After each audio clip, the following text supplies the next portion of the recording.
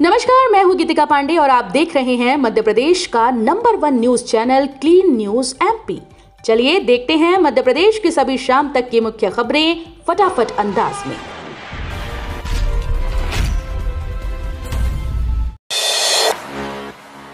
MP में समर्थन मूल्य पर मूंग उड़द खरीदेगी सरकार। 19 जून से शुरू होगा पंजीयन। मध्य प्रदेश में सरकार किसानों से न्यूनतम समर्थन मूल्य पर मूंग और उड़द की खरीदी करेगी। इसके लिए 19 जून से पंजीयन शुरू होगा।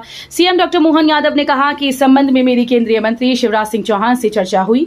राज्य सरकार की ओर से केंद्र सरकार को प्रस्ताव भेजा गया। सीएम यादव ने ट्वीट के जरिए इसकी जानकारी दी। पचमढ़ी में बीजेपी विधायकों सांसदों का प्रशिक्षण वर्ग। एमपी के हिल स्टेशन पचमढ़ी में आज से बीजेपी विधायकों और सांसदों के प्रशिक्षण वर्ग की शुरुआत हो रही है।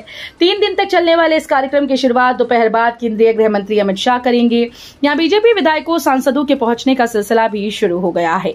16 जून तक चलने वाले इस कार्यक्रम में प्रशिक्षणार्थी के रूप में मध्य प्रदेश सरकार के सभी मंत्री, विधायक, लोकसभा, राज्यसभा सांसद शामिल रहेंगे। आतंकी साजिश को लेकर एनआईए ने भोपाल में 3 जगह मारी रेड, डिजिटल डिवाइस भी मिली। राष्ट्रीय जांच एजेंसी ने आतंकी साजिश को लेकर मध्य प्रदेश की राजधानी भोपाल में 3 स्थानों पर और राजस्थान के झालावाड़ में 2 स्थानों पर छापे मारे। हिजब उत तहरीर संगठन से जुड़े लोगों पर यह एक्शन लिया गया है। इस दौरान एनआईए द्वारा कुछ डिजिटल डिवाइस भी जब्त किए जाने की सूचना है। मध्य प्रदेश में 18 जून तक दस्तक देगा मानसून। शनिवार को भोपाल, इंदौर सहित 12 जिलों में बारिश के आसार। मौसम विज्ञानियों के मुताबिक 2 मौसम प्रणालियों के असर से मानसून के 15-16 जून से आगे बढ़ने की संभावना बढ़ गई।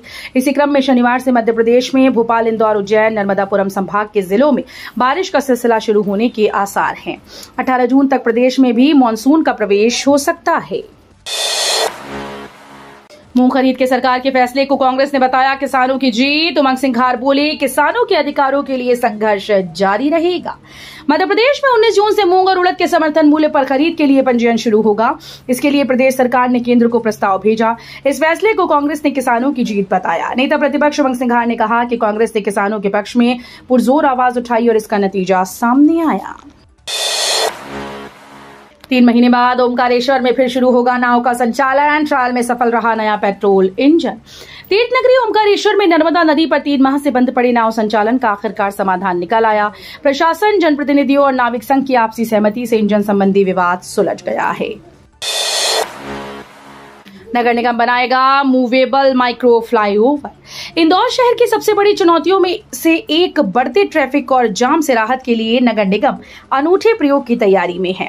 शहर के ऐसे ट्रैफिक पॉइंट्स जहां बड़े फ्लाईओवर बनाना संभव नहीं, वहां मूवेबल माइक्रो फ्लाईओवर बनाने पर विचार किया जा रहा है। शुरुआत 5 स्थानों से करेंगे।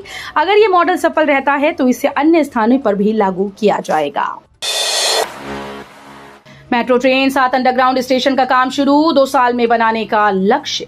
मेट्रो रेल के 31.3 किलोमीटर के रिंग रूट में 22 किलोमीटर एलिवेटेड रूट का काम तेजी से चल रहा है।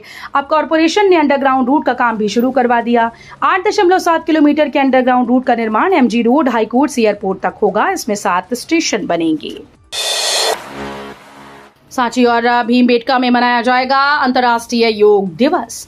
रायसेन में अंतर्राष्ट्रीय योग दिवस को लेकर तैयारियां शुरू हो गई। 21 जून को आयोजित होने वाले इस दिवस की थीम एक बार केंद्र सरकार ने एक पृथ्वी एक स्वास्थ्य के लिए योग तय की। इसके तहत जिले के प्रमुख पर्यटन स्थलों सांची और भीमबेटका सहित जिले के हर स्तर पर योग कार्यक्रमों की श्रृंखला आयोजित की जाएगी। सीहोर में धरती आबा अभियान 15 से 30 जून तक 80 गांव में लगेंगे शिविर। सीहोर जिले में जनजातीय समुदाय के विकास के लिए धरती आबा जनजातीय ग्राम उत्कर्ष अभियान की शुरुआत हो रही है। 15 से 30 जून तक चलने वाले इस अभियान में 80 जनजातीय बाहुल्य गांव में विशेष शिविर लगेंगे, जिसमें 15,736 परिवारों को लाभ मिलेगा। तो ये थी शाम तक की मुख्य खबरें। रोजाना ऐसे ही मध्य प्रदेश से अपडेट रहने के लिए क्लीन न्यूज एमपी को अभी सब्सक्राइब करें और वीडियो को लाइक करना बिल्कुल न भूलें। धन्यवाद।